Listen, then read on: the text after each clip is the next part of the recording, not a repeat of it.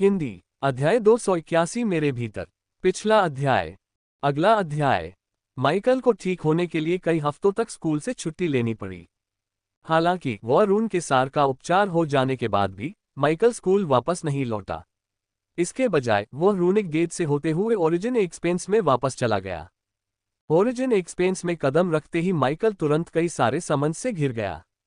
हालांकि सैफाइलेक मिलिट्री अकादमी में केवल 3 सप्ताह ही बीते थे, ओरिजिन एक्सपेंस में कुल 6 सप्ताह बीत चुके थे। उसका क्षेत्र हर तरह से तेजी से विकसित हुआ। सम्मनिंग गेट और लकड़ी के हवेली के आसपास कई ऊंचे वृक्ष आश्रय बनाए गए थे। उसके पूरे क्षेत्र में कई स्थानों पर ताजे पानी के कुएं खोदे गए थे और उसकी सेना काफी मजबूत हो गई थी। अपने क्षेत्र पर एक सरसरी नजर डालने मात्र से ही वह समझ गया कि उसकी मदद के बिना भी वे अच्छी प्रगति कर रहे थे। अगर माइकल पहले जैसा ही होता तो हर छोटी सी प्रगति उसे खुश कर देती, लेकिन ऐसा नहीं था। उसकी आंखों में कोई भावना नहीं थी, ठीक उसके चेहरे की तरह। ऐसा लग रहा था मानो माइकल एक भावनाहीन रोबोट हो। माइकल के चारों ओर जमा हुए स्टारलेस समन्स ने महसूस किया कि माइकल के साथ कुछ गड़बड़ है, लेकिन उन्हें समझ नहीं आ रहा था कि क्या गड़बड़ है। ये सोचना बहुत अजीब लग रहा था कि मास्क सेबर की मौत का माइकल के जीवन पर इतना बड़ा असर पड़ेगा। आखिर समन्स का युद्ध में मरना कोई असामान्य बात नहीं थी। फिर भी माइकल का वजन काफी कम हो गया था। उसकी मांसपेशियों का आकार भी बहुत कम हो गया था, जिससे वह सिर्फ हड्डियों का ढांचा बनकर रह गया था। जब माइकल अपने क्षेत्र में पहुंचा तो उसके सामने एक लकड़ी का संदूक प्रकट हुआ। वह देखने में नाजुक लग रहा था और उस पर जटिल जादुई नक्काशी की गई थी। यह ओरिजिन एक्सपेंस की इच्छा द्वारा दिया गया लूट बॉक्स था, जो उसे लॉर्ड रिफ्ट में उसकी उपलब्धियों के अनुसार खजाने प्रदान करता था। माइकल पहले तो संदूक खोलना नहीं चाहता था, लेकिन उसके एक तरफ हटने पर वह उसके बगल में प्रकट हो गया। संदूक उसके पीछे पीछे हर जगह जाता रहा। गुस्से और हताशा से भरे माइकल ने संदूक खोला और उसे एक झटके में खाली कर दिया, फिर उसे लात मारी। संदूक टूटा नहीं, बल्कि वह तेजी से चमकने लगा और अनगिनत सफेद धुएं के गुबार में बदल गया जो चारों दिशाओं में फैल गए। माइकल ने मन ही मन बड़बड़ाया, लेकिन उसने एक एक करके सारा सामान उठा लिया। वैसे भी सामान इतना ज्यादा था नहीं, लेकिन जैसे ही वह पहली वस्तु उठाने वाला था, माइकल अचानक अपनी जगह पर जम गया। एक नन्ही जड़ों वाला सोलिट्रेट सिंबल उसकी नजर में आया। यह इच्छाशक्ति से उत्पन्न बूंदों के बीच था, जिससे उसकी आंखें लाल हो गईं। हालांकि सोलिट्रेट सिंबल के सामने वाले हिस्से पर दिखाई गई छवि ज्यादा कुछ नहीं कह रही थी, माइकल तुरंत समझ गया कि यह क्या है, और ये देखकर उसका दिल टूट गया। सोलिट्रेट प्रतीक के अग्रभाग पर दिखाई गई छवि चांदी की ऊर्जा से घिरी एक तलवार थी। यह प्रबलित तलवार ची सोलिट्रेट थी, डैनी की सोलिट्रेट। माइकल का हाथ बुरी तरह कांपने लगा, फिर भी वह हिलता रहा। उसने अपने निचले होंठ को इतनी जोर से काटा कि खून निकलने लगा, लेकिन फिर भी उसने खुद को मजबूर करके सोलिट्रेट सिंबल उठा लिया। हालांकि जब उसने सोलिट्रेट सिंबल उठाया तो कुछ अप्रत्याशित घटित हुआ। हमेशा की तरह माइकल के वॉर रून ने सोलिट्रेट सिंबल को सोखने की इच्छा जताई। उसके हाथ के पिछले हिस्से से ऊर्जा की सफेद तंबूनुमा धाराएं निकलीं, मानो सोलिट्रेट सिंबल को निगलने के लिए तैयार हों। माइकल ने ऊर्जा की धाराओं को रोकने की कोशिश की, क्योंकि वह डैनी के सोलिट्रेट को स्वीकार करने के लिए तैयार नहीं था। उसे इस बात को पचाने का भी समय नहीं मिला कि उसका भाई सचमुच मर चुका है, और वह अब कभी उससे बात करने, उसके साथ लड़ने के लिए वापस नहीं आएगा। वह अपने भाई के सोलिट्रेट को आत्मसात करने की इतनी हिम्मत कैसे कर सकता था? दुर्भाग्यवश उसके युद्ध प्रतीक को उसकी भावनाओं की कोई परवाह नहीं थी। वह उस आत्मा लक्षण प्रतीक को पाना चाहता था जिसके निचले हिस्से से छोटी छोटी जड़ें निकल रही थीं। अपने वॉर रून से निकलने वाली ऊर्जा धाराओं को नियंत्रित करने में असमर्थ माइकल को दुखद रूप से ये देखना पड़ा कि कैसे उसके वॉर रून ने सोलिट्रेट सिंबल को निगल लिया। पिछली बार जब उसने ग्लेसिकल को अवशोषित किया था, तब जो कुछ हुआ था उसे याद करते हुए माइकल को अपने अवचेतन मन में प्रवेश करना पड़ा।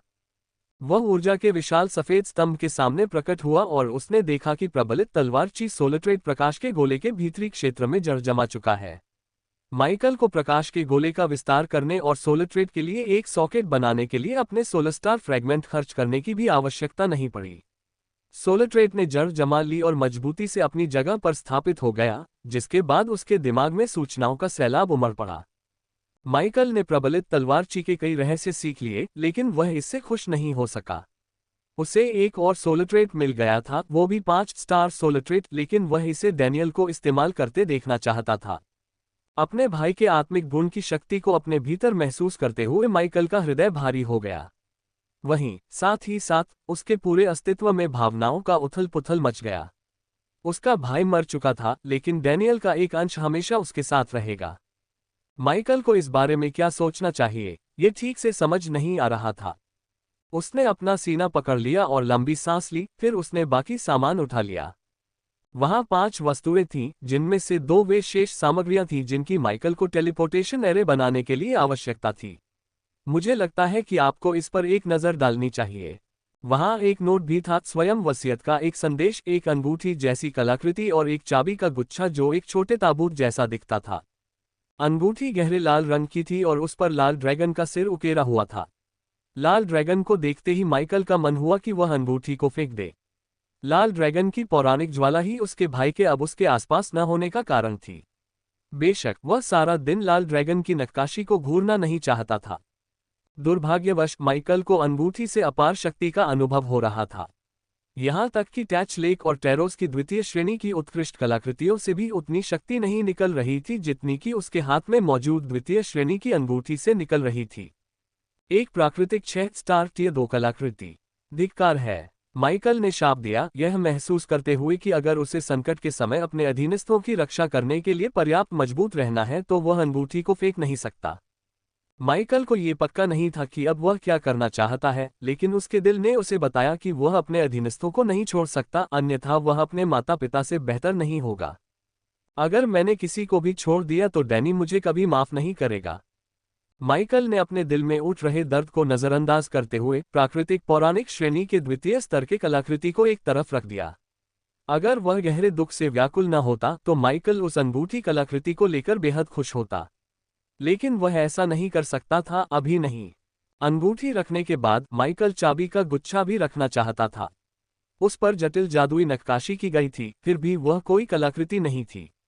असल में माइकल ने पहले कभी इस तरह की जादुई नक्काशी नहीं देखी थी।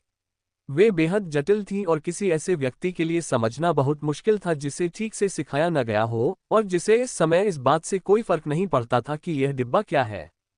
माइकल को जल्द ही एहसास हो गया कि वह इसे न तो वॉर रूम के भंडारण स्थान में रख सकता है और न ही स्थानिक थैली में।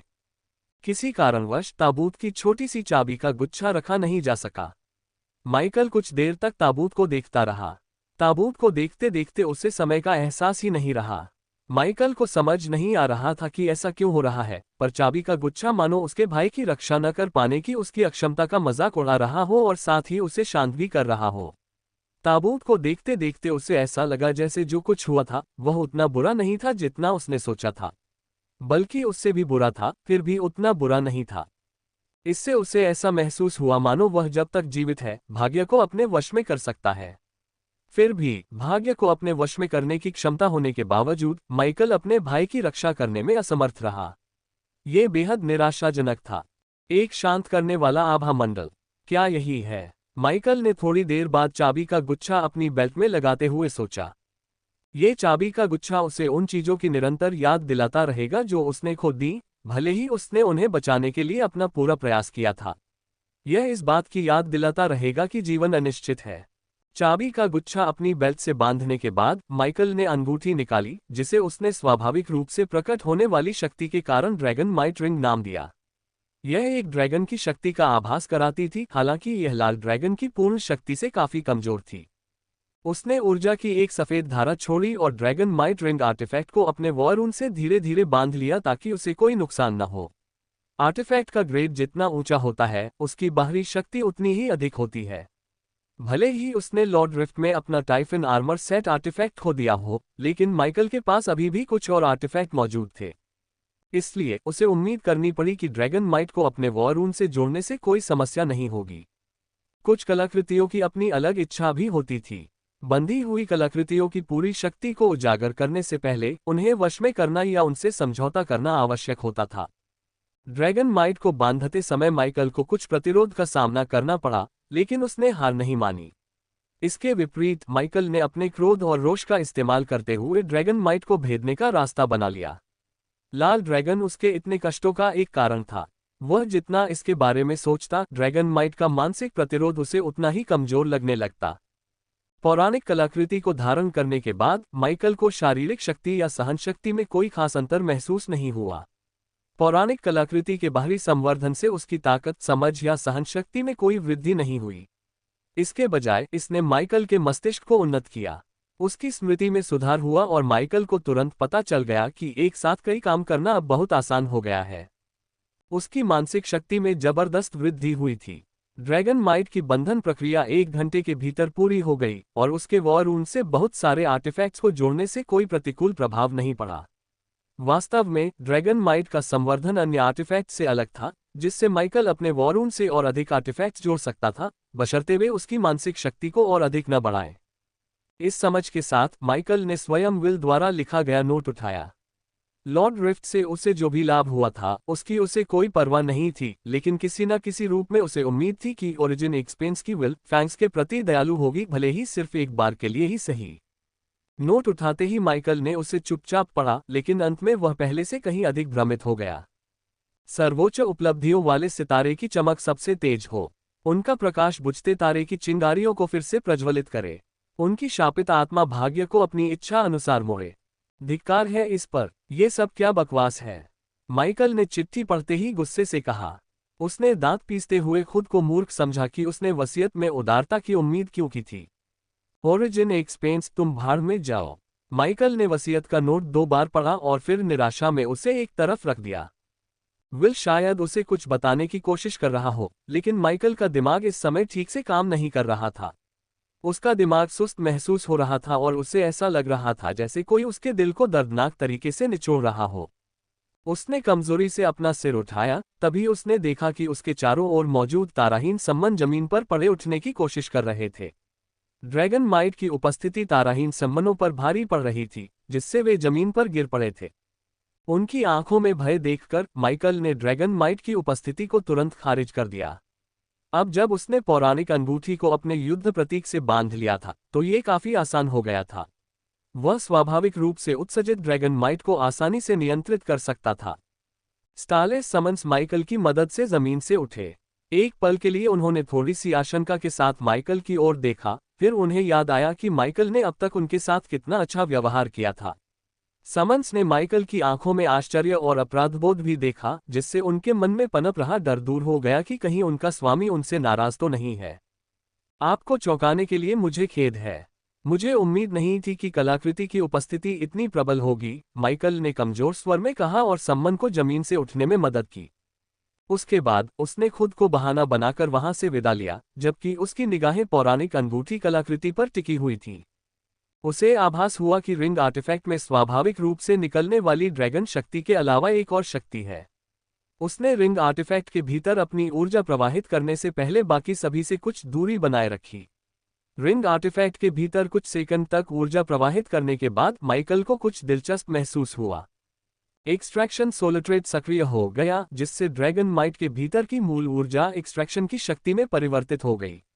अंगूठी में जड़े लाल ड्रैगन की क्रिस्टलीकृत आंखें एक्सट्रैक्शन की शक्ति से भर जाने के कारण चमकदार सुनहरे रंग में परिवर्तित हो गईं। इससे माइकल थोड़ा हैरान हुआ। उसने ड्रैगन माइट के भीतर ऊर्जा प्रवाहित करना बंद कर दिया और रिंग आर्टिफैक्ट में संग्रहित निष्कर्षण शक्ति का उपयोग करने की कोशिश की। उसके मानसिक आदेश के जवाब में निष्कर्षण शक्ति ने प्रतिक्रिया दी। ये ड्रैगन माइट से बाहर निकल आए और माइकल द्वारा निष्कर्षण के लिए लक्ष्य निर्धारित करने की प्रतीक्षा करने लगी। क्या यह अंगूठी किसी आत्मा की विशेषता की शक्ति को संग्रहित कर सकती है? माइकल ने आश्चर्य व्यक्त किया और ड्रैगन माइट को एक बार फिर मूल ऊर्जा से भरने से पहले निष्कर्षण की शक्ति को बिखेर दिया। लेकिन इस बार माइकल ने ग्लेसिकल का उपयोग करके क्रिस्टलीकृत आंखों को उसकी शक्ति से भर दिया, जिससे उनका रंग ग्लेशियर नीले रंग में बदल गया। माइकल ने किसी चीज का परीक्षण करने के लिए ग्लेसिकल सोलिट्रेट का उपयोग करना बंद कर दिया। उसने आसानी से लाल ड्रैगन की क्रिस्टलीकृत आंखों में संग्रहित ग्लेसिकल की शक्ति का उपयोग किया और अपने सोलिट्रेट को सक्रिय किए बिना ही मुट्ठी भर ग्लेसिकल प्रकट कर दिए। दिलचस्प, माइकल ने सोचा, और जब उसने अपनी आंखों के कोने से वन एल्फ साहसी लियोफार्म ज़ेल्क को देखा तो उसने उसे अपनी ओर आने का इशारा किया। अंगूठी के अंदर कुछ मूल ऊर्जा प्रवाहित करने के बाद उस पर आदिम क्रोध का प्रयोग करो, माइकल ने धीमी और कमजोर आवाज में आदेश दिया। फिर भी इतनी कमजोर और धीमी आवाज के बावजूद माइकल की आंखें ठंडी और भावहीन थीं। ये भ्रमित करने वाला था और माइकल के सामान्य व्यवहार से बिल्कुल अलग था। लियो फार्म ने माइकल के आदेश का पालन किया, लेकिन वह ये सोचे बिना नहीं रह सका कि माइकल आज अलग लग रहा था। वह कमजोर और थका हुआ दिख रहा था। तुम ठीक नहीं लग रहे हो। तुम्हें आराम करना चाहिए, माइकल, लियो फार्म ने कुछ पल हिचकिचाने के बाद कहा। आदिम आत्मा की क्रोध शक्ति पहले ही ड्रैगन माइट में प्रवेश कर रही थी, फिर भी लियो फार्म की निगाहें माइकल से हटी नहीं। हालांकि उनकी वफादारी की प्रतिज्ञा ने यह निर्धारित किया था कि उनका रिश्ता एक स्वामी और एक अधीनस्थ का था, लेकिन लियो फार्म ने अब माइकल को एक दोस्त के रूप में मानना शुरू कर दिया था। वे महीनों तक कंधे से कंधा मिलाकर लड़े थे और साथ मिलकर क्षेत्र का विस्तार करने के लिए कड़ी मेहनत की थी। माइकल अक्सर एमराल्ड लीफ एडवेंचरर टीम के साथ भोजन करता था और अपने मूल स्थानों और अनुभवों के बारे में कहानियां साझा करता था। कभी कभी वे अपने दोस्तों और परिवार, भविष्य के लक्ष्यों और जीवन की कठिनाइयों के बारे में भी बात करते थे। लियो फार्म एक अच्छा दोस्त बनना चाहता था, माइकल को आराम करने और ठीक होने के लिए कुछ समय देना चाहता था, इससे पहले कि वह उससे उसकी परेशानियों के बारे में बात करे। आखिरकार ये स्पष्ट था कि कुछ बहुत गलत हो रहा था। लेकिन माइकल ने बस अपना सिर हिलाया। मैं चैन से नहीं बैठ सकता, उन्होंने दृढ़ता से उत्तर दिया। अगर मैं चैन से बैठूंगा तो हमेशा सोचता रहूंगा। नहीं, रहने दो। माइकल ने एक बार फिर जोर से अपना सिर हिलाया। उसका ध्यान ड्रैगन माइट पर केंद्रित हो गया, जिसका उपयोग करके उसने लियोफार्म के सोलट्रेड, रेज ऑफ द प्राइमल के टोटेम को प्रकट किया। अपने सोलट्रेड से संबंधित टोटेम को देखकर लियोफार्म क्षण भर के लिए स्तब्ध रह गया। वह माइकल की कही हुई बात भी भूल गया और खाली निगाहों से अपने सोलट्रेड को घूरने लगा, जिसका उपयोग माइकल ने अभी अभी किया था। यह एक पौराणिक कलाकृति है जो किसी भी सोलट्रेड की शक्ति को संजोए रखती है, चाहे वह मेरा हो या किसी और का। ये वाकई अद्भुत है, माइकल ने ड्रैगन माइट को कुछ देर तक घूरते हुए बुदबुदाया। इसकी एकमात्र कमी यह है कि मैं ड्रैगन माइट रिंग के माध्यम से किसी भी जटिल सोलट्रेड का उपयोग नहीं कर सकता, क्योंकि सोलट्रेड के लिए संबंधित ज्ञान की आवश्यकता होती है जो मुझे गहन शोध से या सोलट्रेड प्रतीक को अपने वॉर रूम में मिलाकर ही प्राप्त हो सकता है। केवल किसी अन्य सोलट्रेड के सरल कार्यों का ही उपयोग किया जा सकता है। उसने ड्रैगन माइट और उसकी असाधारण शक्ति पर ध्यान केंद्रित करने की कोशिश की, लेकिन लियोफार्म की पिछली टिप्पणी ने माइकल को वास्तविकता में वापस खींच लिया। पौराणिक अनूठी कलाकृति का अध्ययन करके खुद को कुछ मिनटों के लिए व्यस्त रखना काफी कारगर साबित हुआ। दुर्भाग्यवश माइकल का दिमाग एक मुसीबत था। उसका ध्यान ड्रैगन माइट से हट गया। माइकल की नजरें अनजाने में उसकी बेल्ट से बंधी चाबी की चेन पर चली गईं। वसीयत की ओर से उपहार में मिला एक छोटा ताबूत वाला की चेन। क्या वसीयत मेरा मजाक उड़ाने की कोशिश कर रही है? उसने धीमी आवाज में कहा। उसकी आवाज लड़खड़ा गई और फिर उसकी आंखों से एक आंसू बह निकला। माइकल ने गहरी सांस ली। वह मुड़ा और सिर झुकाए चला गया। मुझे लगता है कि आपको इस पर एक नज़र डालनी चाहिए। माइकल ने लियोफार्म और स्टालेस समन्स को अचंभित छोड़ दिया। वे उसकी बेढंगी आकृति को देखते रह गए जब माइकल अपने इलाके में टहलने लगा। उसकी अनुपस्थिति के हफ्तों में उसकी प्रजा की संख्या में कोई वृद्धि नहीं हुई। हालांकि उसके क्षेत्र के बुनियादी ढांचे में काफी बदलाव आया। उसकी सेना के प्रशिक्षण मैदानों का विस्तार 3 गुना हो गया था। ऊंचे वृक्ष आश्रयों को उनकी दीर्घायु सुनिश्चित करने के लिए उन्नत किया गया था, और माइकल ये बता सकता था कि कैनोपी ब्रिज नेटवर्क प्रणाली पहले से कहीं अधिक लंबी और चौड़ी हो गई थी। माइकल को ठीक से पता नहीं था कि उसकी सेना ने अनछुए जंगल के मध्य क्षेत्र पर कितना कब्जा कर लिया है, लेकिन वफादारी के बंधन से वह अपने लोगों की ताकत को आसानी से महसूस कर सकता था। वफादारी के बंधन से यह स्पष्ट था कि माइकल की अनुपस्थिति में भी उसकी प्रजा ने कभी भी आत्म सुधार का काम नहीं छोड़ा। माइकल के कई हफ्तों तक वापस न लौटने के बाद भी वे लगातार मेहनत करते रहे। यह एक अच्छा संकेत था और इससे माइकल की चिंता थोड़ी कम हो गई। उन्हें डर था कि उनके बिना उनकी प्रजा संघर्ष करेगी, लेकिन वे काफी अच्छी स्थिति में थे। गोदाम कृषि संबंधी योजनाओं और विभिन्न निम्न स्तरीय हथियारों से भरे हुए थे जिन्हें अभी तक वन एल्फ जनजाति को बेचा जाना बाकी था। उसी समय माइकल की सेना को बेहतर उपकरण मिल गए थे। क्षेत्र के जादूगरों ने अंततः अपने सैद्धांतिक ज्ञान का उपयोग करते हुए निम्न स्तरीय हथियारों पर मंत्र उकेरने का अभ्यास शुरू कर दिया था ताकि अनुभव प्राप्त कर सके और हथियारों को मजबूत बना सके। अपने क्षेत्र में टहलते हुए उसने गहरी सांस ली और मीठी टियाचा की खुशबू के साथ मिली हुई जड़ी बूटियों की तेज सुगंध को अपने अंदर समा लिया। उसकी अनुपस्थिति में केवल 6 सप्ताह ही बीते थे, लेकिन वृक्ष आश्रय के नीचे जो छोटे छोटे खेत थे वे पूरी तरह खिल चुके थे। टियाचा के पेड़ तेजी से बढ़ रहे थे और मीठी टियाचा की पहली फसल कटाई के लिए तैयार थी। यही हाल कोको के पेड़ों की फलियों का भी था और उसके क्षेत्र में लगाए गए अधिकांश अन्य पौधों का भी। कुल मिलाकर माइकल ये कह सकता था कि वह दर्जनों छोटे लेकिन अत्यधिक कुशल घरेलू खेतों का गर्वित मालिक था, जिनमें विभिन्न प्रकार के पौधे, जड़ी बूटियां और अन्य उच्च गुणवत्ता वाले पौधे उगाए जाते थे। उन्हें अनछुए जंगल की अत्यधिक उपजाऊ मिट्टी और सघन ऊर्जा का आशीर्वाद प्राप्त हुआ। साथ ही उनके क्षेत्र के केंद्र में विराजमान 4 स्टार प्रकृति आत्मा का भी आशीर्वाद मिला। इन 2 अनुकूल कारकों के अलावा एक 3 स्टार वनस्पति जादूगर और किसान भी थे, जो जड़ी बूटियों, फूलों और अन्य पौधों को सबसे अनुकूल परिस्थितियों में विकसित करने में सहायता कर रहे थे। आमतौर पर माइकल अपने चहल पहल भरे इलाके को देखकर ही खुश हो जाता था। हर कोई कड़ी मेहनत कर रहा था, बस्ती के विस्तार को सुनिश्चित करने के लिए अपना पूरा प्रयास कर रहा था। अपनी प्रजा के संतुष्ट चेहरों को देखकर माइकल की अधिकांश चिंताएं दूर हो जाती थीं। लेकिन अब सब कुछ बदल गया था, यहाँ तक कि माइकल की जीने की इच्छा भी पहले जैसी प्रबल नहीं रही थी। वह मरना नहीं चाहता था, लेकिन इस समय जीवित रहना उसे किसी नरक से कम नहीं लग रहा था। ऐसा लग रहा था मानो जीवन का सार ही दर्द, पीड़ा और यातना है। कम से कम माइकल को इस समय यही महसूस हो रहा था। बीते दिनों की यादें पहले से भी कहीं अधिक पीड़ादायक लग रही थीं। मास्क सेबर के साथ बिताए समय और लॉर्ड रिफ्ट में प्रवेश करते समय उनके बीच की सहजता को याद करते हुए माइकल को केवल अपराधबोध और पछतावा ही महसूस हो रहा था। इन भावनाओं ने उसके भीतर उथल पुथल मचा दी, जिससे उसकी कुछ भी रचनात्मक करने की इच्छाशक्ति समाप्त हो गई। मैंने और मास्क सेबर ने आपके साथ लॉर्ड रिफ्ट में प्रवेश करने का विकल्प चुना। आपने हमें कभी मजबूर नहीं किया। पीछे से एक जानी पहचानी आवाज आई। हम आपके साथ लॉर्ड रिफ्ट में इसलिए प्रवेश करना चाहते थे क्योंकि हम और अधिक शक्तिशाली बनना चाहते थे। ड्रैगन का अचानक प्रकट होना आपकी गलती नहीं है। माइकल अचानक रुक गया। वह धीरे से मुड़ा और टियारा के चेहरे को घूरने लगा।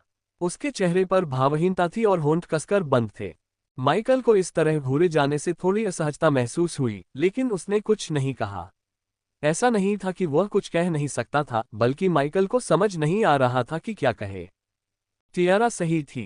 मास्क सेबर और टियारा दोनों ने स्वेच्छा से लॉर्ड रिफ्ट में प्रवेश करने का विकल्प चुना।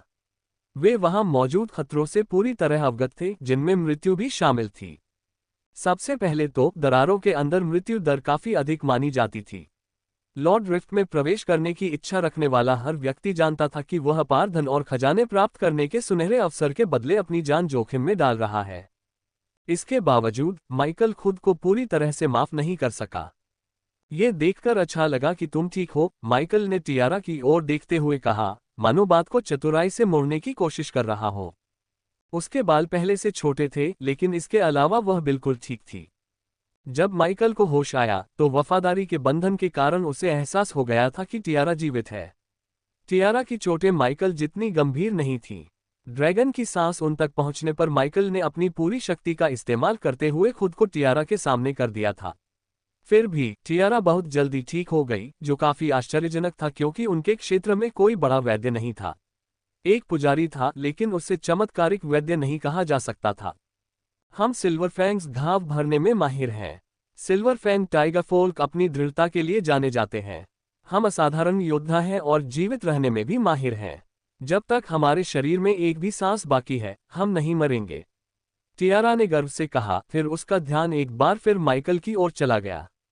अभी उसके नस्ल या जीवित रहने की प्रवृत्ति के बारे में शेखी बघारने का समय नहीं था। टियारा को अच्छी तरह याद था कि लॉर्ड रिफ्ट बंद होने से ठीक पहले माइकल ने डैनी कहा था। उसने उसे रोते हुए और नकाबपोश सेबर का चेहरा सामने आने पर उसके चेहरे पर दिख रही बेबसी को देखा था। माइकल ने अतीत में अपने भाई के बारे में कई बार बात की थी, इसलिए टियारा को पहले से ही पता था कि माइकल के भाई का नाम भी डैनी था। माइकल की शारीरिक और मानसिक स्थिति को देखते हुए टियारा के लिए सारी बातों को समझना मुश्किल नहीं था। टियारा ने कुछ सेकंड तक माइकल को घूर कर देखा, फिर आगे बढ़कर उसे कसकर गले लगा लिया। सब ठीक हो जाएगा, उसने धीरे से कहा और उसे और भी कसकर गले लगा लिया ताकि उसके दिल को सुकून मिले और उसे सांत्वना मिल सके। हालांकि माइकल केवल खाली निगाहों से आगे देखता रह गया। नहीं, ऐसा नहीं होगा। माइकल को चाहे जैसे भी देखती, उसे पता चल जाता था कि वह एक कठिन दौर से गुजर रहा है। शायद इस समय वह अपने जीवन के सबसे बुरे दौर से गुजर रहा था। कुछ ही हफ्तों में उसका वजन बहुत कम हो गया था और पौराणिक अंगूठी मिलने के बावजूद वह उदास लग रहा था। अंगूठी और चाबी के छल्ले वाला डिब्बा दोनों ही टियारा को अजीब लग रहे थे, हालांकि अंगूठी ही एकमात्र ऐसी वस्तु थी जिससे कुछ ऊर्जा निकल रही थी। छिपी हुई ऊर्जा। टियारा ने चाबी के गुच्छे को कुछ देर तक घूरते हुए सोचा।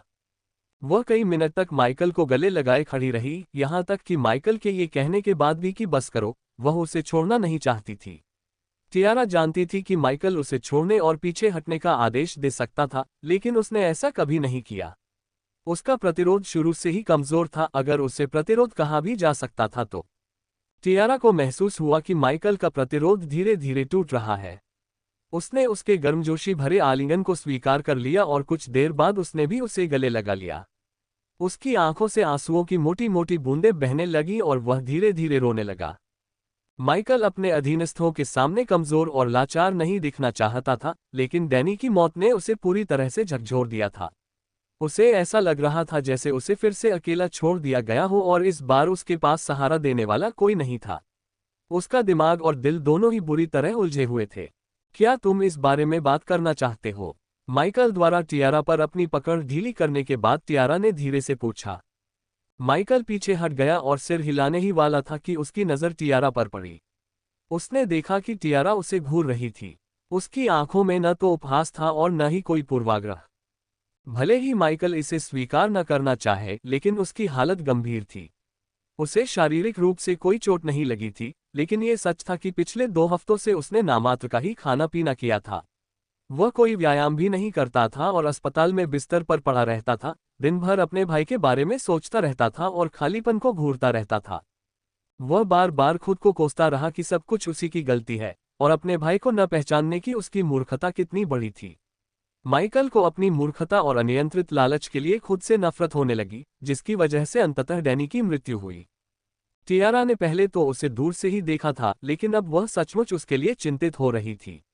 बड़ी हिम्मत जुटाकर उसने धीरे से उसे गले लगा लिया, इस उम्मीद में कि वह अपने दिल की बात कहेगा और अपने दर्द को बयां करेगा। उसे यह नहीं पता था कि माइकल बचपन से ही आत्मनिर्भर बनना सीख चुका था। परिवार के बिखरने से पहले वह एक साधारण बच्चा था जो एक सामान्य जीवन जी रहा था। बचपन में वह अपनी बात कहने से कभी नहीं हिचकिचाता था, लेकिन जब वास्तविकता ने उसे बुरी तरह से झकझोर दिया तो सब कुछ बदल गया। उसकी बहन गायब हो गई और उनके माता पिता भी उसे छोड़कर चले गए, जिससे उसके पास बात करने के लिए केवल डैनी ही बचा था। हालांकि माइकल अपने भाई को परेशान नहीं करना चाहता था, क्योंकि डैनियल हमेशा एक जिम्मेदार बड़े भाई की भूमिका निभाने में व्यस्त रहता था। माइकल जानता था कि उसका भाई उसकी देखभाल करना चाहता है और उसके उज्जवल भविष्य को सुनिश्चित करना चाहता है। इसलिए जब भी कोई बात उसे परेशान करती, माइकल हमेशा चुप रहता और अपनी भावनाओं को दबा लेता। यही कारण था कि माइकल ने डैनियल को उन सहपाठियों के बारे में कभी नहीं बताया जो गोल्डन सन प्रांत के प्रतिष्ठित एलीट स्कूल में उसे तंग करते थे। वह डैनियल को परेशान नहीं करना चाहता था, इसलिए उसने कभी कोई परेशानी खड़ी नहीं की और चुपचाप सब कुछ सहन किया।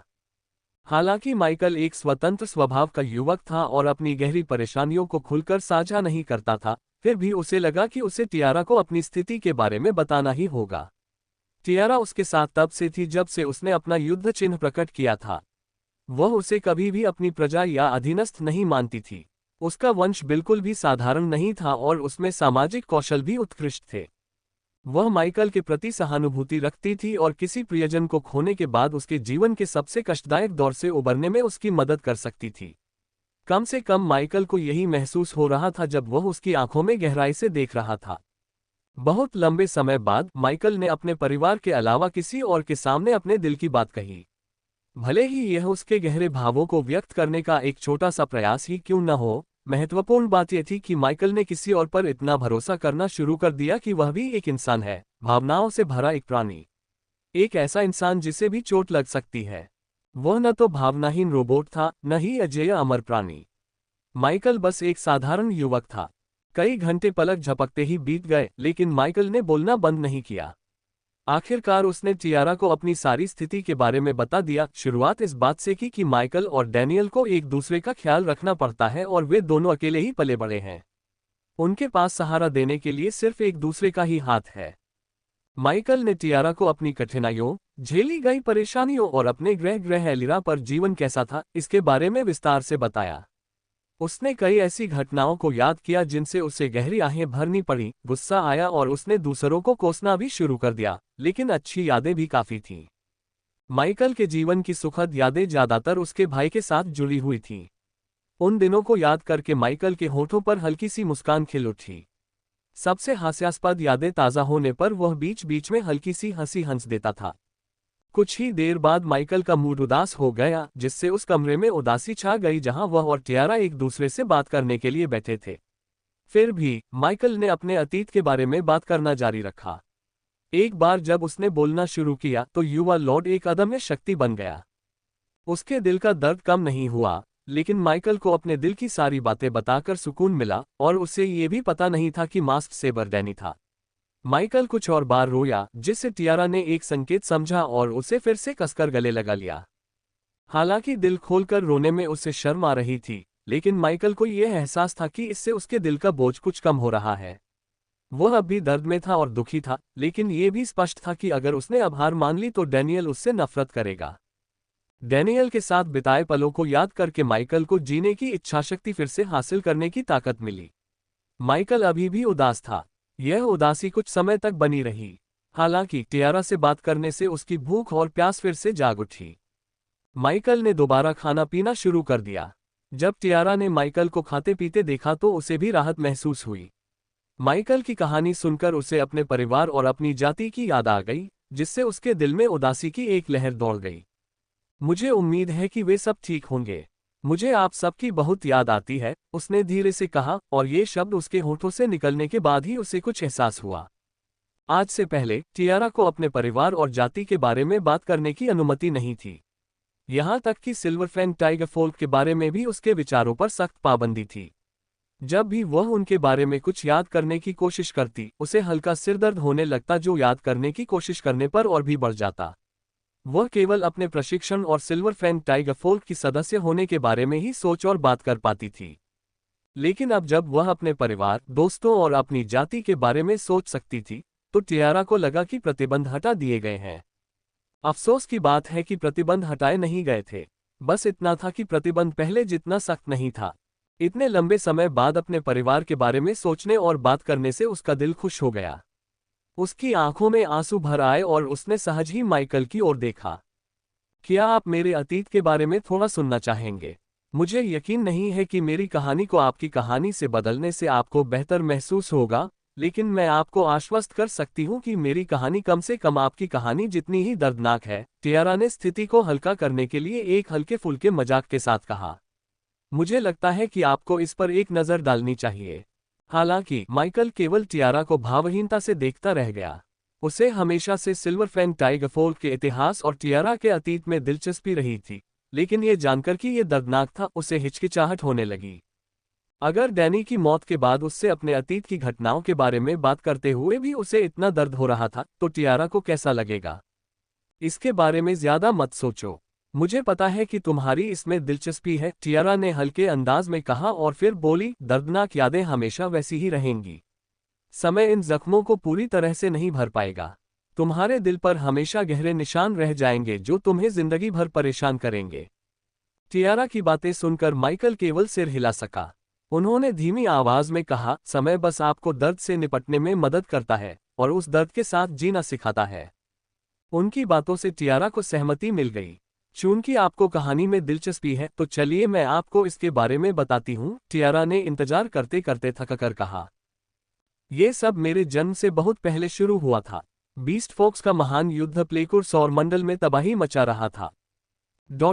सदियों के युद्ध ने पूरे सौरमंडल में नरसंहार और रक्तपात के अलावा कुछ नहीं किया, लेकिन कोई भी विजयी नहीं हो सका। सदियों की नफरत बीतने तक किसी को भी ठीक से याद नहीं था कि यह सब कैसे शुरू हुआ। बीस्ट फोक्स बस इतना जानते थे कि उनके दुश्मनों ने उनके परिवारों, दोस्तों और प्रियजनों को मार डाला था। बीस्ट फोक्स अपने प्रियजनों की मृत्यु का बदला लेना चाहते थे, फिर भी महान युद्ध में उनकी भागीदारी ने केवल और अधिक मौतों का कारण बना।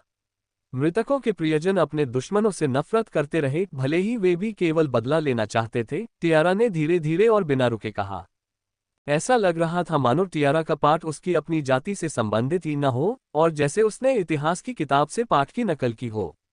हालांकि उसकी आंखों में चमकती हुई काली रोशनी ने माइकल को ये संकेत दिया कि असली कहानी तो अभी शुरू होने वाली है। मेरा जन्म इसी अतार्किक युद्ध में हुआ था। सिल्वर फैंग टाइगर फोल्क के मुखिया से शिक्षा प्राप्त करने के बाद मुझे शीघ्र ही यह एहसास हो गया कि मेरे लोग युद्ध में सक्रिय रूप से भाग नहीं लेना चाहते थे। हम सबसे बलवान और दृढ़ थे और बाकी सभी के लिए खतरा थे, लेकिन हमने बहुत पहले ही इस महान युद्ध में भाग लेना बंद कर दिया था। दुर्भाग्य से हमारे शत्रुओं को इस बात का एहसास नहीं था। हमारे शत्रुओं को इस बात से घृणा थी कि सिल्वर फैंग टाइगर फोल्क के पास एक पूरा ग्रह था और वे प्रकृति और राक्षसों के संप्रभु शासक थे। वे हमारे पास आए जबकि वे प्लेकुर सौरमंडल के अन्य निर्जन ग्रहों पर अपना अंधाधुंध नरसंहार जारी रख सकते थे। सिर्फ हमारी फसलों और सदियों से हमने जो कुछ भी बनाया था उसे नष्ट करने के लिए, उसने क्रोध में कहा। बेशक हमें अपनी रक्षा करनी ही थी। हमने अपने घर की रक्षा के लिए लड़ाई लड़ी और बुरे इरादों से आने वालों को मार डाला। दुर्भाग्य से हमारा घर विशाल था, खेती के लिए उपजाऊ मिट्टी से भरा था और पहाड़ों में लूटपाट के लिए भरपूर संसाधन थे। कई बीस्ट फोक्स हमारे घर पर कब्जा करना चाहते थे, शायद सभी। आखिरकार प्लेकुर सौरमंडल में हमारे अलावा कोई भी पूरे ग्रह का शासक नहीं बन सकता था। उन्होंने महान युद्ध और इस तथ्य का बहाना बनाया कि हमने अपनी रक्षा के लिए हत्याएं की और पूरी ताकत से हम पर हमला कर दिया। उनकी सेनाएं एकजुट हो गईं, यहां तक कि सबसे शक्तिशाली सिल्वर फैंग भी बूढ़े, बीमार और बच्चों की रक्षा करने में असमर्थ थे। महज एक दशक में सिल्वर फैंग योद्धा या तो मारे गए या अपंग हो गए, जीवन भर हथियार उठाने में असमर्थ रहे और बूढ़े, बीमार और बच्चों को निर्वासित कर दिया गया। लेकिन हमारे पास जाने के लिए कोई जगह नहीं थी। जब हमें निर्वासित किया गया था तब मैं केवल 15 वर्ष की थी। अपने परिवार को सबके सामने सिर कलम करते हुए देखकर मैं घृणा और क्रोध से भर गई थी। ये सिल्वर फैंग को एक उदाहरण देने के लिए किया गया था ताकि उन्हें पता चले कि अगर उन्होंने कभी अपने घर पर फिर से दावा करने की कोशिश की तो उनका क्या अंजाम होगा, उसने कहा। उसकी आंखों में घृणा और उदासी स्पष्ट रूप से दर्शा रही थी कि वह अपने भयावह अतीत को अभी तक भूली नहीं थी। अपने जीवन की सबसे दर्दनाक यादों को याद करते हुए उसने दांत पीस लिए और मुट्ठियां भींच लीं। माइकल केवल अनुमान लगा सकता था कि वह कैसा महसूस कर रही होगी। उसे यकीन नहीं था कि भविष्य में वह भी उसी की तरह होगा। उसने अपने भाई को अपनी आंखों के सामने खो दिया था, लेकिन उसके पास बदला लेने के लिए कोई नहीं था। लॉर्ड रिफ्ट में दोबारा प्रवेश करना, लाल ड्रैगन को ढूंढना, उसकी गर्दन तोड़ना और अपने भाई का बदला लेने के लिए उसे मार डालना असंभव था। माइकल को बदला लेने का मौका नहीं मिला, लेकिन असल में उसकी इच्छा भी यही नहीं थी। रेड ड्रैगन समस्या नहीं थी। समस्या ये थी कि माइकल को नहीं पता था कि डैनियल की मौत ओरिजिन एक्सपेंस में कैसे हुई। माइकल सिर्फ इतना अनुमान लगा सकता था कि प्राइमडेवल पिरामिड पर हमले के दौरान पवित्र रेगिस्तान में कहीं उसकी मौत हुई होगी। हालांकि उसके पास कोई विस्तृत जानकारी नहीं थी। यही एक बात थी जिससे वह सबसे ज्यादा परेशान होता था, अनिश्चितता। डैनी को खोने से माइकल के दिल में एक गहरा खालीपन आ गया, एक ऐसा खालीपन जिसे फिर कभी भरा नहीं जा सकता था। हालांकि टियारा की स्थिति अलग थी। उसने अपना परिवार और अपनी जाति के अधिकांश लोगों को खो दिया था। उसे और निर्वासित बचे हुए लोगों को कष्ट सहना पड़ा, जबकि उसके दुश्मन अभी भी जीवित थे और अपने उपयोग के लिए एक नए रहने योग्य ग्रह पर दावा करके लाभ उठा रहे थे। माइकल को यह समझ नहीं आ रहा था कि यह कैसा महसूस होता होगा। वह केवल कल्पना कर सकता था कि यह बहुत कष्टदायक होगा, ठीक वैसे ही जैसे माइकल अभी महसूस कर रहा था। मैं समझ गया, उसने कहा। उसे समझ नहीं आ रहा था कि और क्या जवाब दे। लेकिन एक बात उसे उलझन में डाल रही थी। अगर उसके लोगों को 15 साल की उम्र में निर्वासित कर दिया गया था, तो वह ओरिजिन एक्सपेंस में कैसे पहुंची और उसके लोगों का क्या हुआ?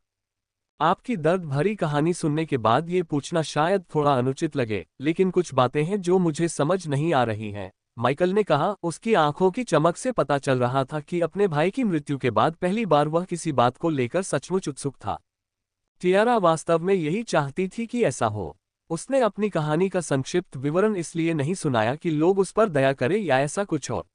नहीं, टियारा की एकमात्र इच्छा थी कि माइकल की उत्पत्ति, विस्तार और ब्रह्मांड की विशालता के बारे में जिज्ञासा फिर से जागृत हो जाए। तुम्हें और तुम्हारे लोगों को निर्वासित किए जाने के बाद क्या हुआ, और तुम ओरिजिन एक्सपेंस में निजी नौकरानी कैसे बन गई? जब हम पहली बार मिले थे तब तुम्हारे पास एक वॉर रून था, जो किसी निजी नौकरानी के पास नहीं होना चाहिए। तुम वॉर रून वाली पहली निजी नौकरानी हो। कम से कम मैं किसी और को नहीं जानता जिसके पास कोई जागृत व्यक्ति निजी नौकरानी के रूप में हो, उसने जिज्ञासा से पूछा। उसकी आंखें छोटे तारों की तरह चमक रही थीं और उसका पूरा ध्यान टियारा पर था क्योंकि वह धैर्यपूर्वक उसके जवाब का इंतजार कर रहा था। दोनों सवालों का जवाब एक ही है, टियारा ने धीरे से कहना शुरू किया।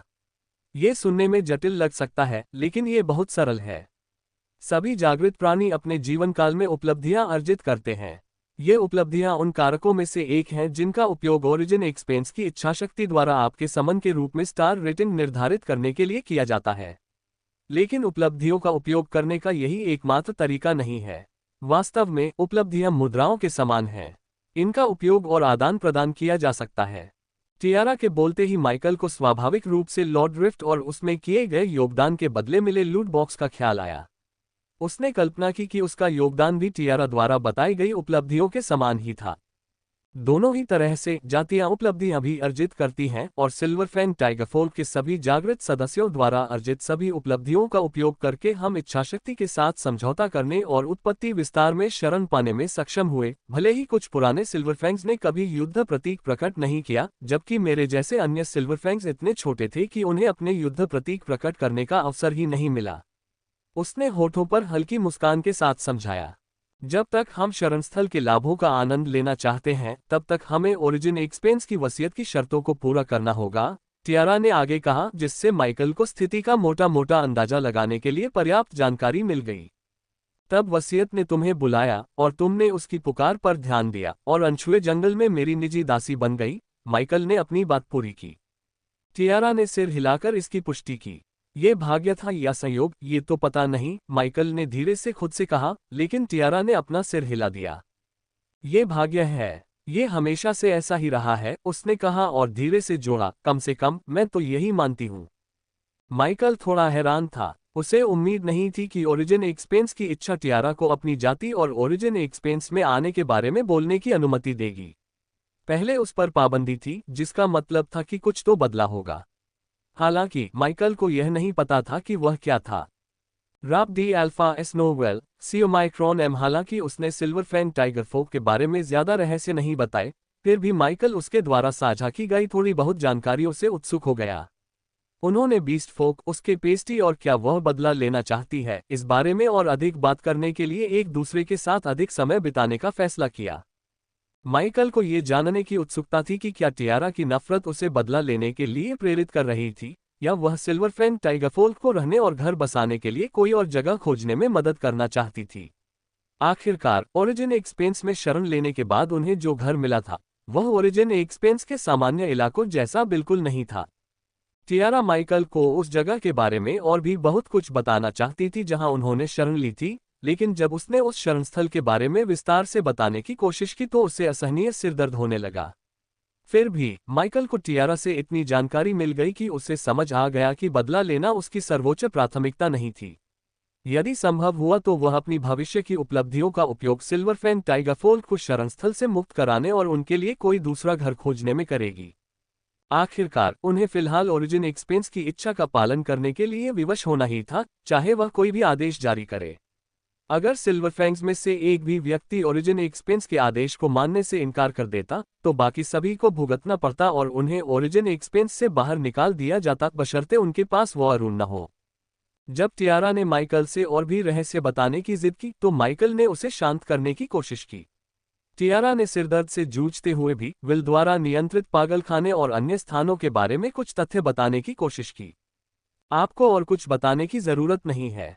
मैं समझ गया हूं कि आप क्या कहना चाह रही हैं, और मैं समझता हूं कि आपके लिए अपने प्रयासों को जारी रखना कितना मुश्किल होगा। धन्यवाद। माइकल ने होठों पर हल्की सी मुस्कान लाते हुए उसे आश्वस्त करने की कोशिश की। वह खड़ा हुआ, टियारा के कंधे पर थपथपाया और कमरे से बाहर निकल गया। उसकी भावनाएं अस्त व्यस्त थीं। अगले 3 दिनों तक माइकल ने ओरिजिन एक्सपेंस नहीं छोड़ा। उसने अपना अधिकांश समय अपने क्षेत्र में व्यस्त अधीनस्थों के साथ बिताया, जो एक के बाद एक काम निपटा रहे थे। माइकल ने सबसे पहले श्रम कार्यों में मदद करना चुना। शारीरिक थकावट ने उसे सबसे अधिक विचलित किया। दुर्भाग्यवश टियारा और एमराल्ड लीफ एडवेंचरर टीम के फॉरेस्ट एल्विन को उन्हें ये बताना पड़ा कि उनके समन्स अपने स्वामी और स्वामी के साथ कंधे से कंधा मिलाकर काम करने में असहज महसूस कर रहे थे।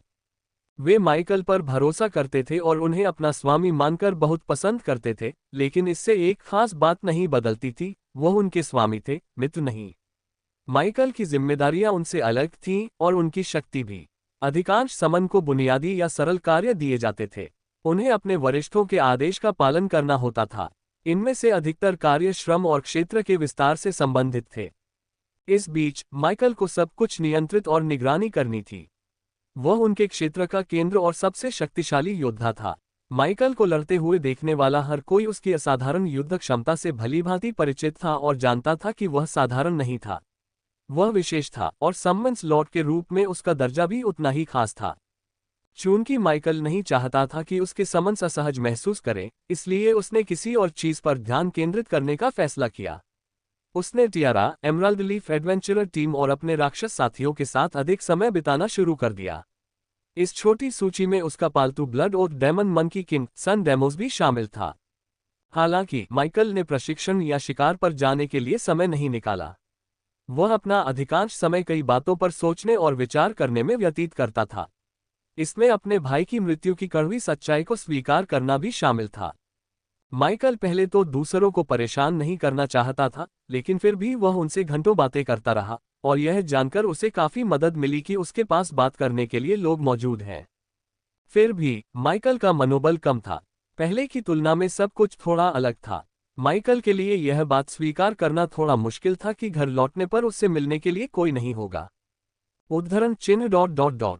मुझे अपने माता पिता को भी संदेश भेजना चाहिए, है ना? ओरिजिन एक्सपेंस में 3 दिन बिताने के बाद माइकल ने बुदबुदाते हुए कहा। इस दौरान उसने सिर्फ बातें की, खाना खाया और थोड़ी देर सोया। पहले तो माइकल ने डैनी की मौत के बारे में अपने माता पिता को संदेश न भेजने का सोचा, लेकिन उसने तुरंत यह विचार त्याग दिया। उनके बीच चाहे जो भी हो जाए, उनके माता पिता तो उनके माता पिता ही रहेंगे, चाहे माइकल और डैनियल को ये पसंद हो या न हो। उन्हें ये बात पता होनी चाहिए। उन्हें जानने का अधिकार था। इस प्रकार माइकल ने थके हुए मन से ओरिजिन एक्सपेंस छोड़ने से पहले गोदामों में रखे कृषि प्रकार के ब्लूप्रिंट एकत्र कर लिए। उसने रूनिक गेट प्रकट किया और अगले ही पल उसमें से प्रवेश कर गया। मुझे लगता है कि आपको इस पर एक नज़र डालनी चाहिए। अपने छोटे से कमरे में पहुंचकर माइकल बिस्तर पर लेट गया। उसने गहरी सांस ली और स्टारनेट मैसेंजर की होलोग्राफिक स्क्रीन खोली। होलोग्राफिक स्क्रीन पर दर्जनों संदेश देखकर उसकी आंखें थोड़ी चौड़ी हो गईं। एलिस ने उसे कुछ संदेश भेजे थे और कालेब ने भी। यहां तक कि बर्बर दंपति, जीक लेविता, लिंकन पेड्रा और बास्ट तीनों ने भी उसे संदेश भेजे थे। माइकल ने उनके संदेश नहीं खोले, लेकिन वह समझ गया कि संदेश किस बारे में थे। स्थिति को समझना मुश्किल नहीं था, इसलिए उसने सबसे पहले अपने माता पिता से बात करने का फैसला किया। इसके लिए उसे अपने माता पिता के साथ हुई चैट खोलनी पड़ी, जहां उसे 3 हफ्ते पहले भेजा गया एक ऑडियो मिला, जिसे उसने डिकोड किया था उसी दिन जब एआई ने डैनियल की लॉर्ड आईडी की त्रुटि और उसकी मृत्यु के बारे में संदेश लिखा था। ऑडियो संदेश को डिकोड किया गया और उसमें ऑटो डिलीट फंक्शन स्थापित था।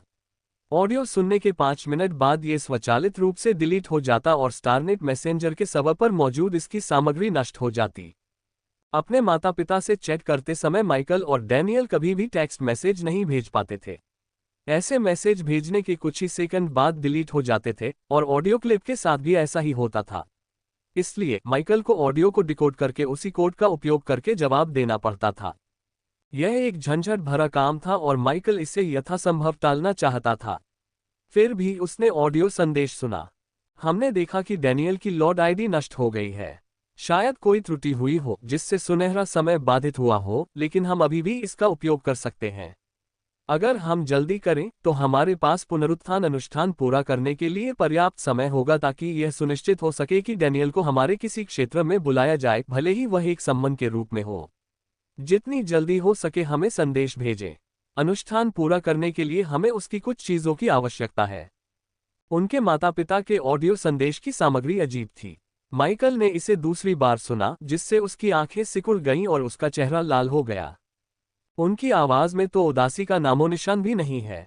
कैसा पुनरुत्थान? उसे सम्मन के रूप में बुलाना। मैंने तो अनजाने में ही ऐसा कर दिया। तुम। डिकोड की गई ऑडियो क्लिप को देखते हुए माइकल दुविधा में पड़ गया। उसकी उंगली रिप्ले बटन पर अटकी हुई थी, लेकिन उसने उसे दोबारा दबाने में हिचकिचाहट महसूस की। उसे अपने माता पिता की आवाज या ऐसी किसी भी चीज से कोई खास मतलब नहीं था, लेकिन उसके पिता का बेपरवाह लहजा उसे परेशान कर रहा था, जिससे उसे जी मिचलाने लगा था।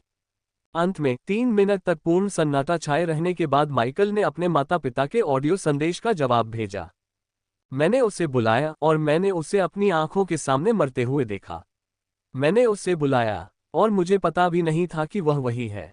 उसने मेरी रक्षा के लिए अपनी जान कुर्बान कर दी, माइकल ने कहा, शब्दों को जबरदस्ती निकालते हुए उसके गले में एक गांठ सी बन गई थी।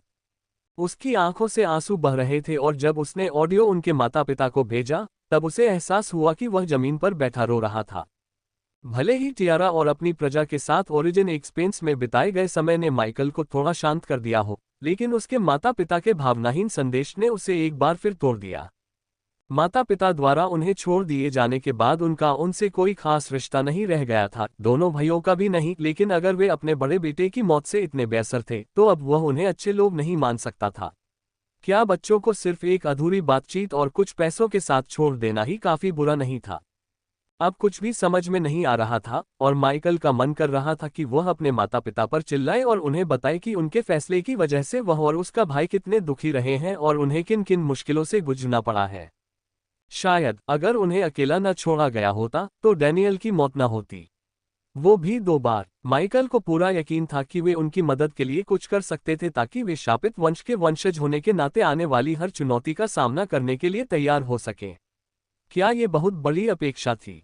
वर्षों से जमा हुआ गुस्सा और हताशा अब सतह पर आने लगी। माइकल, जो हमेशा से यही उम्मीद करता था कि उनके माता पिता ने उन्हें इसलिए छोड़ दिया क्योंकि वे अपनी खोई हुई बहन की तलाश में थे, या फिर उन्हें अपने बच्चों को इसलिए छोड़ना पड़ा क्योंकि उनका पीछा किया जा रहा था, अब अपने माता पिता से नफरत करने लगा। रिश्तों के मामले में वह हमेशा बहुत धैर्यवान था और वह हमेशा दूसरों के साथ रिश्तों में अच्छे परिणाम की उम्मीद रखता था, चाहे वे किसी भी जाति के हों, लेकिन उसके माता पिता ने उसके धैर्य की सीमा को पार कर दिया था। उन्होंने उसे न केवल उनसे नफरत करने पर मजबूर किया बल्कि उन्हें घृणा करने पर भी मजबूर किया। अपने माता पिता के संदेश का जवाब देने के बाद उसे शांत होने में काफी समय लगा। उसे अब भी उन पर चिल्लाने का मन कर रहा था, लेकिन वह सोचने लगा कि क्या वे उसके समय और मेहनत के लायक भी हैं। अगर वे उसे और डैनियल को इतनी आसानी से छोड़ सकते हैं तो इस समय उसे उनके बारे में क्यों सोचना चाहिए?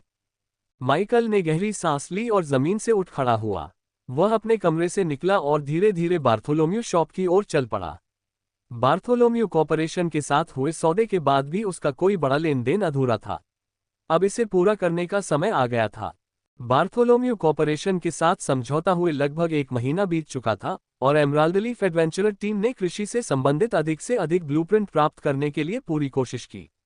इसी तरह माइकल के पास लगभग 3000 ब्लूप्रिंट जमा हो गए, जिन्हें उसने मूल्यांकन कक्ष में ब्लूप्रिंट का निरीक्षण करने के लिए बुलाई गई युवती के सामने फैला दिया। माइकल ने दुकान प्रबंधक या उस युवती से बातचीत में समय बर्बाद नहीं किया। इसके बजाय उसने अपनी ओर से सौदा पूरा किया और बदले में उसे अपनी मूल फीस के रूप में मोटी रकम मिली। लेन देन पूरा होने के बाद माइकल ने कुछ चीजें खरीदने के बारे में दोबारा सोचा।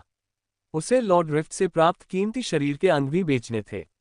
हालांकि माइकल ने जल्दबाजी में बिना सोचे समझे सामान खरीदने और कीमती राक्षसी अंगों को बेचने का विकल्प नहीं चुना। वह अच्छे मूड में नहीं था, जिसका उसके विचारों पर गहरा प्रभाव पड़ा और इस बात का निर्धारण करने की उसकी क्षमता पर भी कि क्या भूमिगत गढ़ाई हॉल और उसके क्षेत्र के अन्य कारीगरों का उपयोग करके राक्षस के अंगों को तैयार उत्पादों में बदलना बार्थोलोम्यू की दुकान में कच्चा माल बेचने की तुलना में अधिक उपयोगी होगा। माइकल को कोई जल्दी नहीं थी, इसलिए काम पूरा होते ही वह दुकान से निकल गया। उसने अपने आसपास के लोगों से बचने के लिए ओरिजिन एक्सपेंस लौटने के बारे में दोबारा सोचा। उसे डर था कि कहीं वे उस पर तरस न खा ले, लेकिन उसने ऐसा न करने का फैसला किया। अपने आरामदायक माहौल में लौटने के बजाय माइकल को लगा कि बेहतर यही होगा कि वह अपने आरामदायक माहौल से बाहर निकले और लोगों के बीच रहने की बेचैनी को महसूस करे, जो शायद उससे उसके भाई के बारे में पूछे या न पूछे। उसे पूरा यकीन था कि कालेब और कुछ और लोगों को उसकी हालत के बारे में पता था।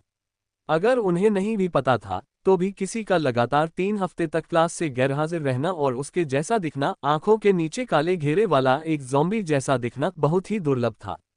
माइकल का वजन काफी कम हो गया था और वह पहले की तरह ऊर्जावान भी नहीं रहा था। किसी ने भी उसे कैंटीन में 10 लोगों के पेट भरने लायक खाना खाते हुए नहीं देखा था।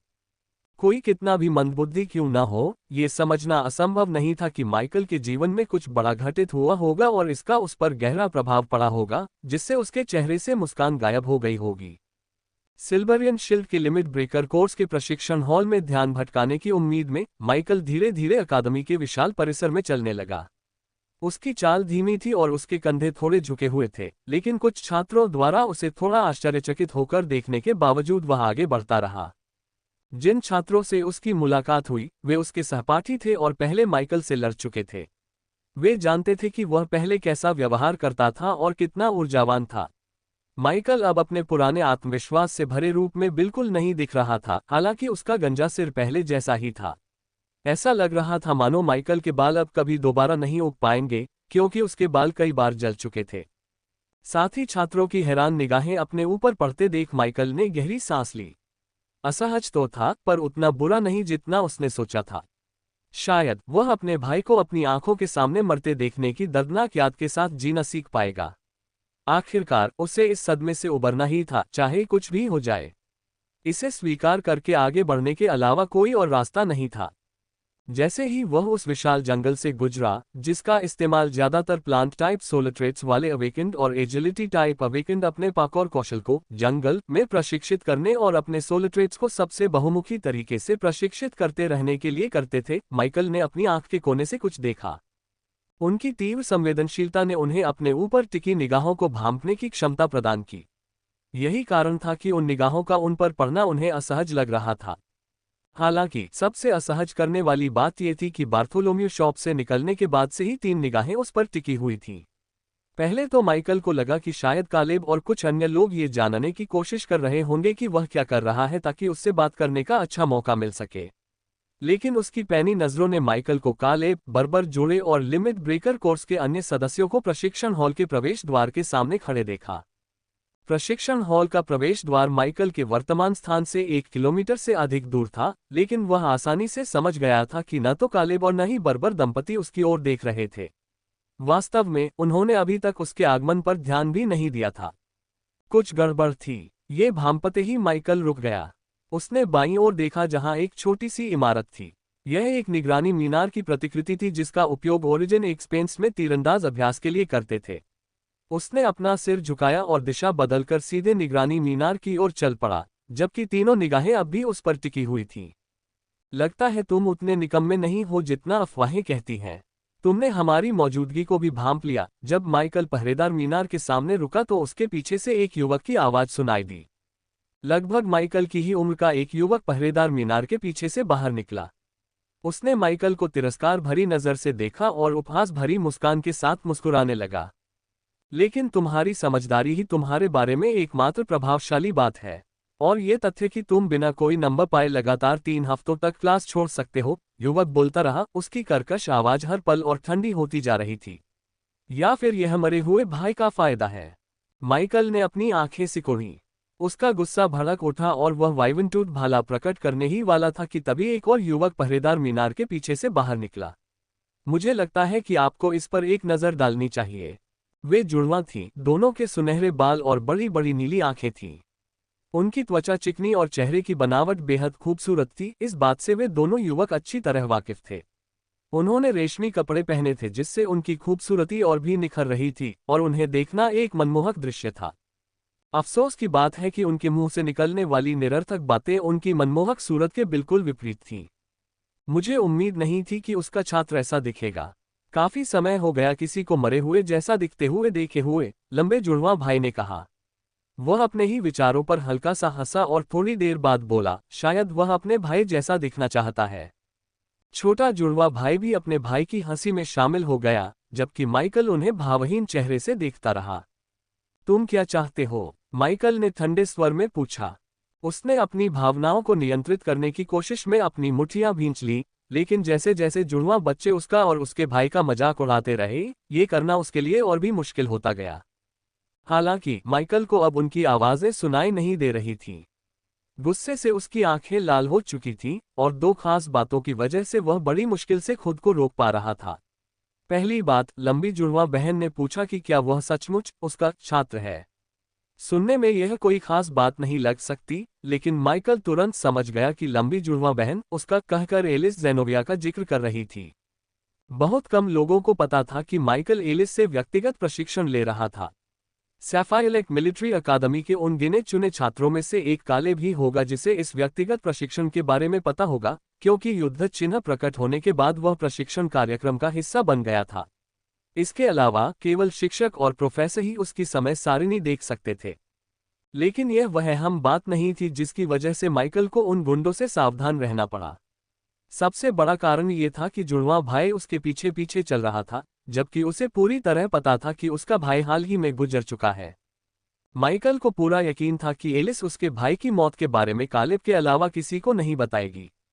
कालेब शायद बर्बर दंपत्ति और अपने अन्य दोस्तों को बता दे ताकि वे माइकल के सामने कुछ गलत न बोल दे, लेकिन बात यही खत्म हो जाएगी। तो इन जुड़वा बच्चों को, जो माइकल के सहपाठी थे और जिनसे माइकल पहले कभी नहीं मिला था, उसके भाई और उसकी मौत के बारे में कैसे पता चला? हम क्या चाहते हैं? असल में बहुत कुछ, जितना तुम सोच भी नहीं सकते, उससे कहीं ज्यादा, लंबे जुड़वा भाई ने धीरे से हंसते हुए कहा। वह आगे बढ़ा और माइकल की ओर चल पड़ा। उसके कदम बेहद धीमे थे और वह सीधे माइकल के सामने आकर रुक गया। जुड़वा भाई उसके चारों ओर धीरे धीरे चक्कर लगाते हुए घूमा और धीमी आवाज में कुछ फुसफुसाया। लेकिन तुम क्या चाहते हो? उसने हल्के से पूछते हुए कहा। शायद तुम अपने भाई को वापस चाहते हो। क्या यही बात नहीं है?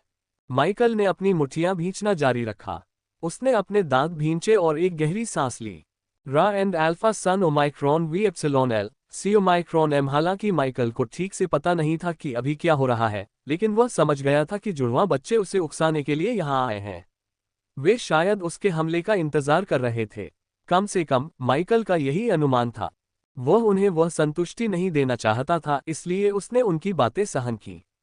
ये तो काफी मजेदार है ना? छोटे जुड़वा भाई ने लंबे जुड़वा भाई से पूछा। पहले उसकी बहन की मौत हुई, फिर उसके माता पिता ने उसे छोड़ दिया, और अंत में उसके भाई की भी दुखद मौत हो गई। ये तो बहुत ही हास्यास्पद है। जुड़वा भाई हंसे और लंबे भाई ने कुछ और कहा। हालांकि माइकल को लंबे भाई की बातें मुश्किल से सुनाई दी। अपमान और विपत्ति के वे शब्द उसके कानों में गूंज उठे, जिससे माइकल अपना आपा खो बैठा और उसने उनकी आंखों में आंखें डालकर देखा। फिर वह आपा खो बैठा।